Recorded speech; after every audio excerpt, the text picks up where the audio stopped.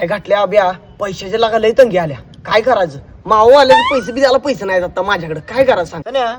पैसे एवढे तंगे तर आप्पाकडे हे घे आई घाल्या. काय घाला आप्पा मला लय शिवाय देत. आप्पा काय मला पैसे देत नाही सोड. आपण असं करूया, तुला किडनॅप केलं म्हणून आप्पाला फोन करूया. होय ब्या तू म्हणतोस ती बरोबर आहे. जरा किडनॅप केलं म्हणून सांगूया आप्पाला. आप्पा काय करतोय बघूया. आप्पा पैसे देईल. मला वाटतंय आप्पा पैसे देईल. चल मग चल चल चल बघूया काय होतो विषय. चला